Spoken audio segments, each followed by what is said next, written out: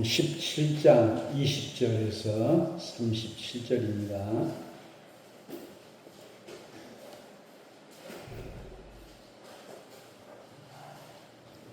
읽겠습니다. 바리새인들이 하나님의 나라가 어느 때에 임하나이까 묻거늘 예수께서 대답하여 이르시되 하나님의 나라는 볼 수 있게 임하는 것이 아니요 또 여기 있다 저기 있다가도 못하리니 하나님의 나라는 너희 안에 있느니라. 또 제자들에게 이르시되 때가 이르리니 너희가 인자의 날 하루를 보고자 하되 보지 못하리라. 사람이 너희에게 말하되 보라 저기 있다 보라 여기 있다 하리라. 그러나 너희는 가지도 말고 따르지도 말라. 번개가 하늘 아래 이쪽에서 번쩍이어 하늘 아래 저쪽까지 비침같이 인자도 자기 날에 그러하리라. 그러나 그가 먼저 많은 고난을 받으며 이 세대에게 버림바 되어야 할지니라. 노아의 때에 된 것과 같이 인자의 때에도 그러하리라.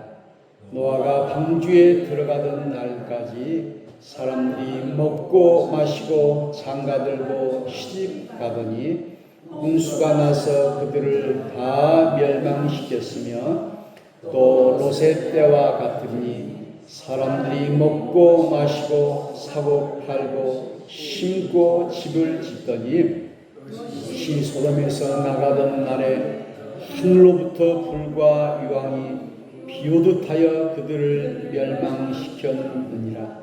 인자가 나타난 날에도 이러하리라. 그 날에 만일 사람이 지붕 위에 있고 그의 세간이 그 집안에 있으면 그것을 가지러 내려가지 말 것이요 밭에 있는 자도 그와 같이 뒤로 돌이키지 말 것이니라. 롯의 철을 기억하라. 무릇 자기 목숨을 보존하고자 하는 자는 잃을 것이요 잃는 자는 살리리라. 내가 너에게 이르노니 그 밤에 둘이 한 자리에 누워 있음에 하나는 데려감을 얻고 하나는 버려둠을 당할 것이요 두 여자가 함께 맷돌을 갈고 있음에 하나는 데려감을 얻고 하나는 버려둠을 당할 것이니라. 그들이 대답하여 이르되 주여 어디오니까? 이르시되 죽음 있는 곳에는 독수리가 모이느니라 하시니라. 아멘.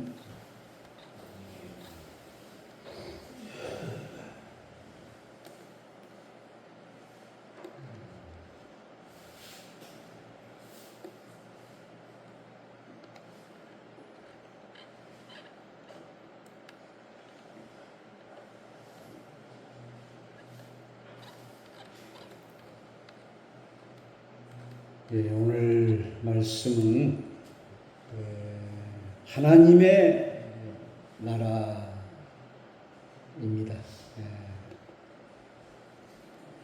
그래서 우리가 하나님의 나라를 천당이다, 천국이다 이렇게 이야기하면서 이제 중국 성경 한자가 이렇게 번역하면서 천당. 그래서 어떤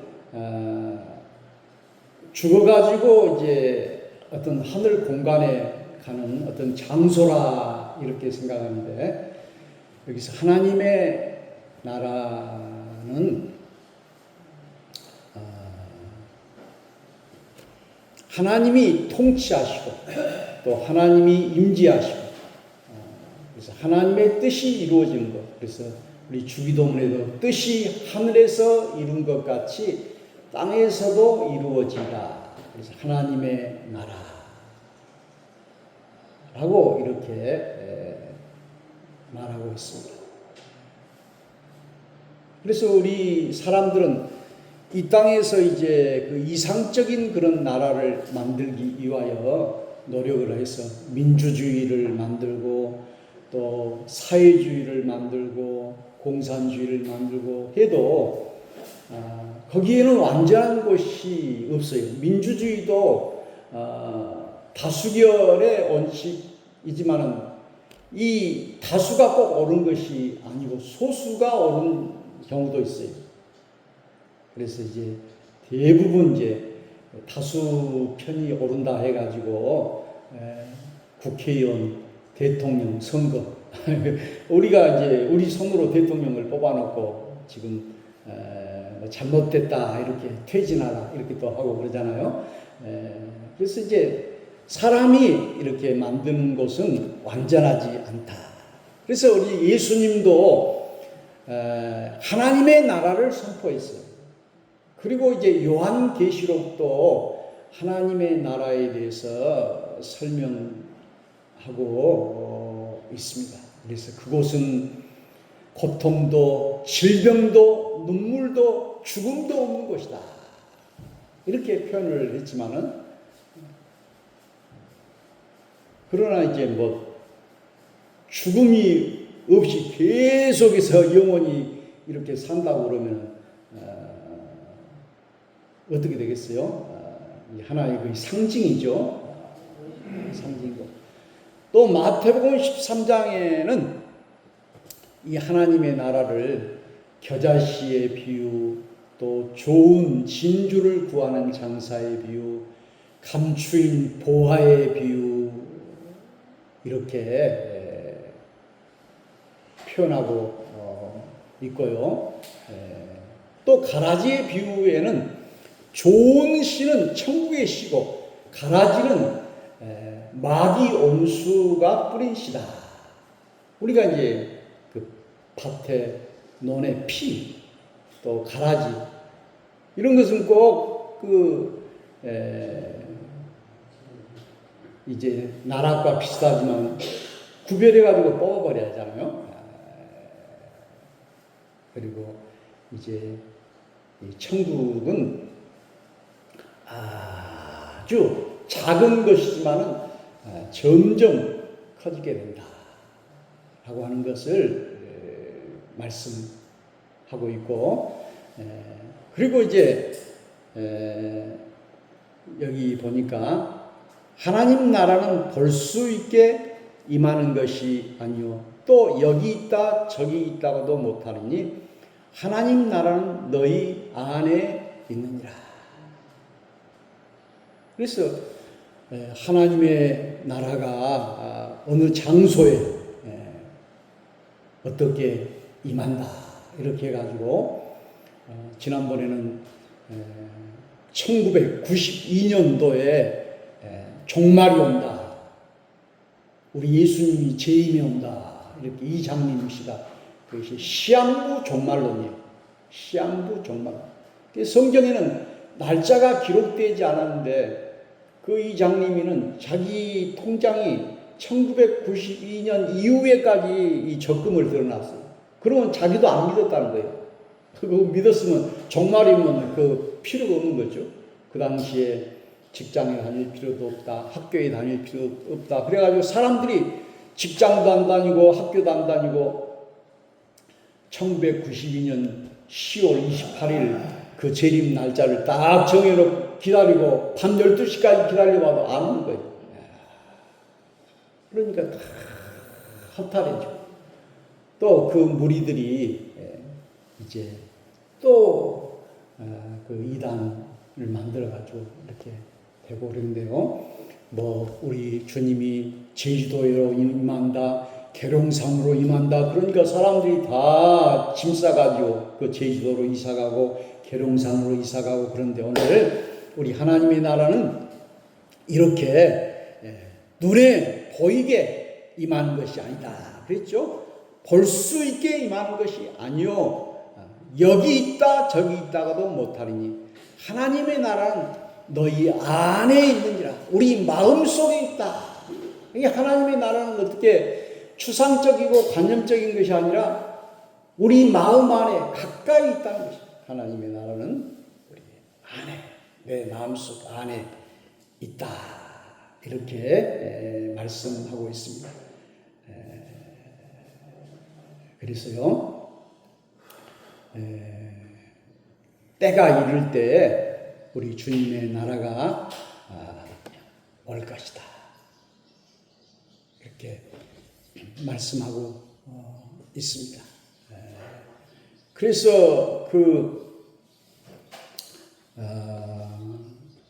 여기에 보면은 우리 하나님의 나라는 이제 마태복음 25장에는 열 처녀의 비유를 통해서 이제 지혜로운 처녀는 그 등불에 기름을 준비해 가지고 들어가지만은 미련한 처녀는 잠을 자고 있기 때문에 신랑을 맞이할 수가 없었다.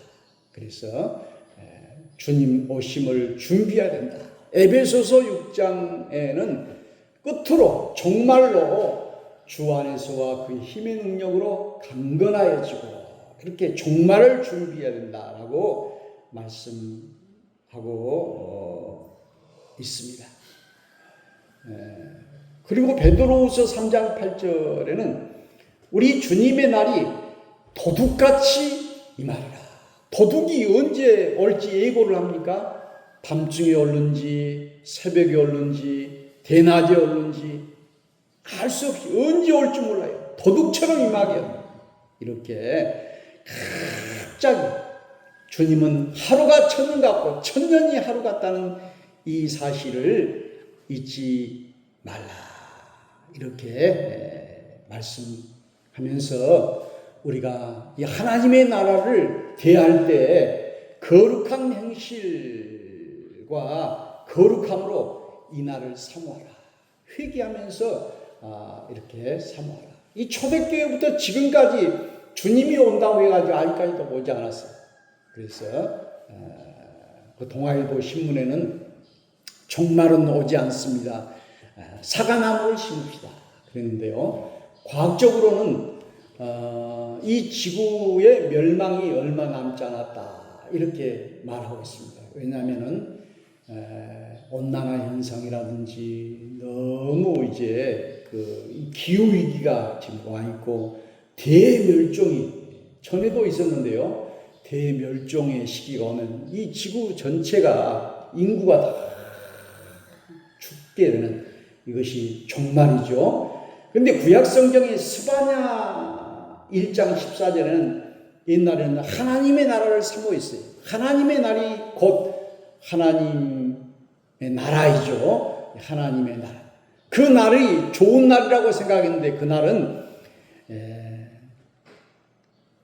여호와의 분노의 날이요, 고통의 날이요, 환난의 날이요, 슬피운 날이요, 황폐와 패망의 날이요, 캄캄하고 어두운 날이요, 구름과 흑암의 날이다.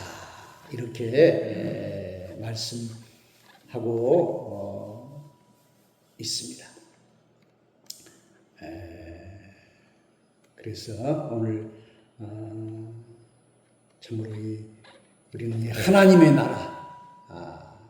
나라를 우리가 이루도록 우리가 기도하고 또 이렇게 만들어야 돼. 그래서 우리가 죽어서 천국에 가는 것이 아니라 오늘 우리가 사는 동안 이곳이 우리 하나님의 나라로 만들어야 돼요. 아니 살아서도 하나님의 나라를 체험하지 못한 사람이 죽어서 천국을 체험할 수 있겠습니까? 그래서 가정천국 또 교회천국 오늘 이 세상을 우리는 하나님의 나라로 만드는 정의가 임하는 나라, 평화가 임하는 나라.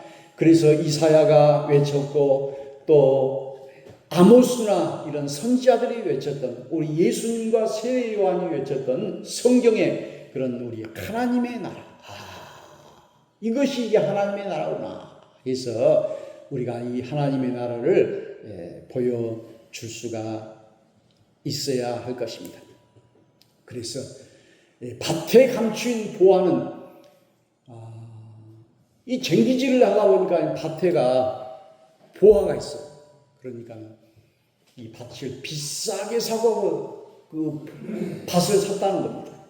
그처럼 이 천국이라고 하는 것은 어마어마하니 좋다는 거예요. 그래서 그것을 이제 수정같이 황금같이 표현을 해놓았는데요. 어떤 분은 이 100억이라고 하는 많은 돈을 기부했다고. 그럼 우리가 생각할 때 돈을 많이 기부하면은 손해라고 생각하지만 그것을 이렇게 기부했을 때 그 기쁨이라고 하는 것은 엄청나게 돈으로 계산할 수 없다는 거예요. 이렇게 내가 어려운 사람을 도와줬다는 그 기쁨, 이것이 바로 하나님의 나라예요. 그래서 하나님의 나라는 먹고 마시는 것이 아니라 의와 평강과 희락이라고 했어요. 그래서 오늘 천국에서 막 돈보따리 막 수십억 이걸 자랑을 하면은 그게 소용이 없는 거예요. 왜? 천국은 전부 황금, 수정 이런 모든 것이 부족함이 없는 것이 우리 하나님의 나라이기 때문입니다.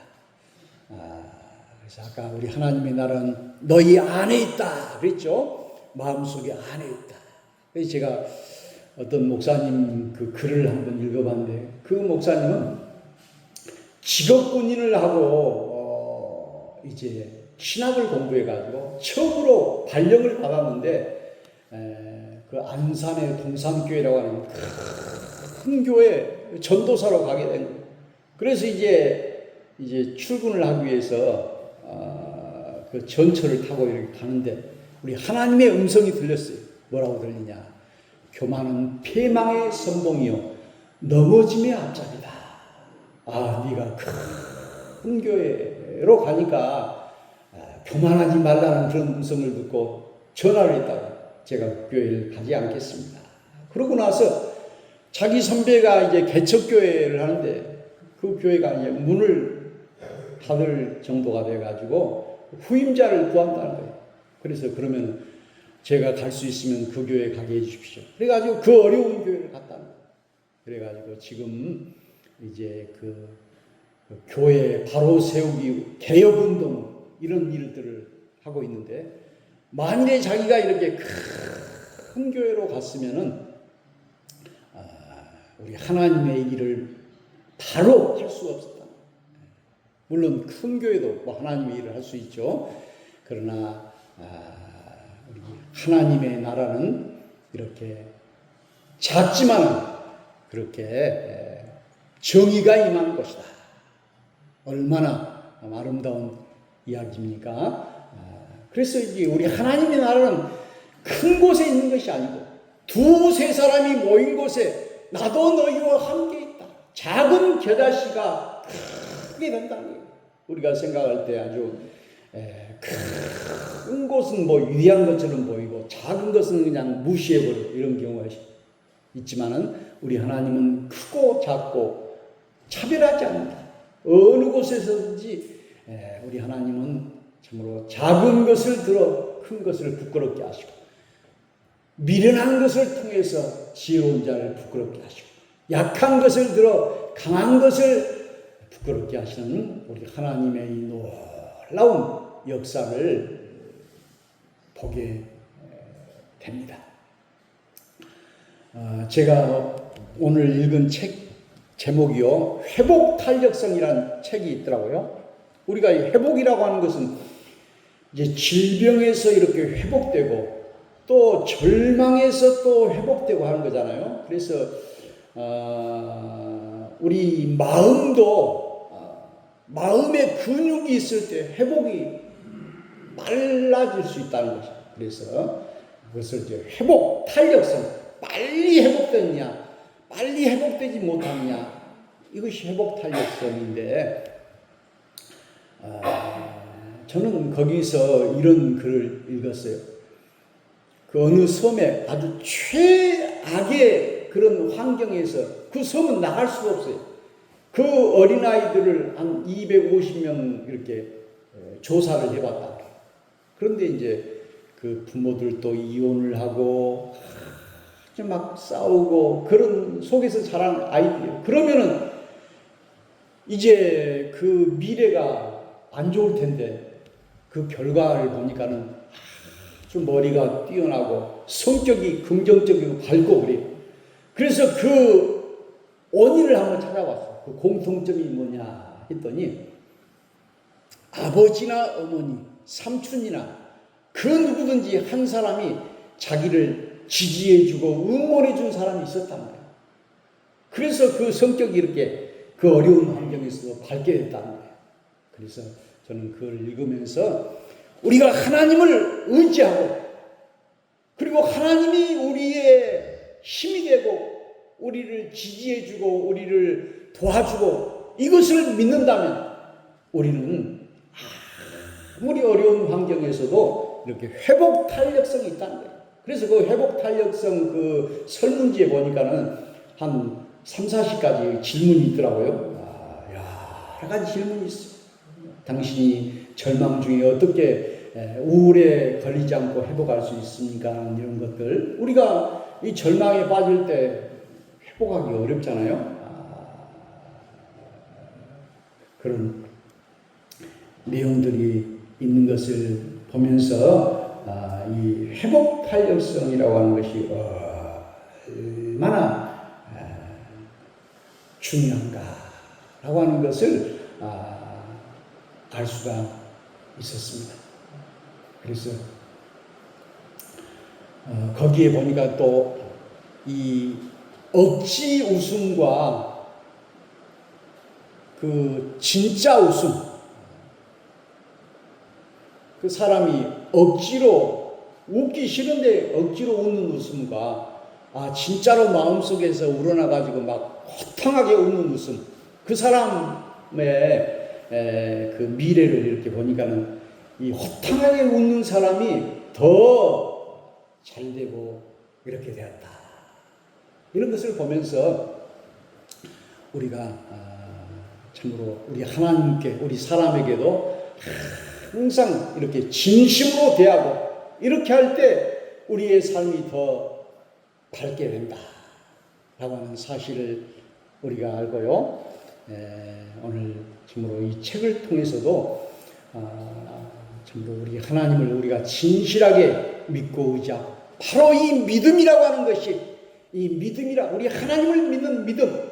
그래서 우리가 사람과의 관계 속에서도 저 사람이 나를 사랑한지 안 사랑한지 나랑 친한지 안 친한지 저 사람은 잘 몰라요. 그러나 내가 친하다고 생각하면은 친해지는 거예요. 우리 하나님이 우리를 나를 사랑하는지 안 사랑하는지 우리 하나님이 말씀 안 해주니까 모르지만은 내가 하나님을 진심으로 사랑하고 믿고 의지한다 라고 했을 때 그러면은 그 믿음대로 되는 거예요. 그래서 오늘 성경에도 내 믿음대로 될지어다. 내가 병이 들어서도 우리 하나님이 나를 고쳐준다. 우리가 이 플라시보 효과라 하잖아요. 그래서 밀가루 이것이 약이라고 생각하고 믿으면 그것이 약이 되고 내가 건강해지는 거예요. 우리 하나님의 손이 우리를 만져주신다. 그래서 이스라엘 백성들은 이제 선민이라고 그러잖아요. 우리가 특별히 선택받은 민족이다. 그래서 요즘 그 박진영이라고 하는 가수도 막 그 성경에 대해서 강의하고 그러더라고요. 근데 그 강의에도 보니까는 우리가 이 병이라고 하는 것이 뭐냐 하면은 몸이 아파서 병원에 가는 거 이것도 병이지만은 영적인 병은 하나님과 우리와의 관계가 끊어진 것 이것이 이제 병이라는 거예요. 그래서 우리 하나님과 우리와의 관계가 이어져야 된다는 거예요. 끊어져서는 안 된다는 거예요. 그래서 오늘 우리는 이 하나님의 나라 여기에 누가복음 17장에 있는 이 말씀을 통해서 오늘 노아의 이야기를 했잖아요. 노아 시대에 시집가고 장가갔지만 노아만 건짐을 받았다. 롯의 때에도 롯의 철을 생각하라. 뒤를 돌아보다가 소금 기둥이 되어버렸어. 밭에서 두 사람이 일을 하다가 한 사람은 들림을 당하고 한 사람은 버려둠을 당한다. 그랬죠. 마지막 날에 알곡과 쭉정이가 있어서 알곡은 거두어 곡간에 들이고 쭉정이는 버림을 당하리라. 오늘 천국의 마지막 추수 심판할 때 우리 모두가 다 우리 하나님의 나라에 들어가고 또 우리가 사는 이 세상을 우리가 지옥이 아니라 하나님의 나라로 다 만드는 우리 모두가 되기를 주의 이름으로 축원합니다.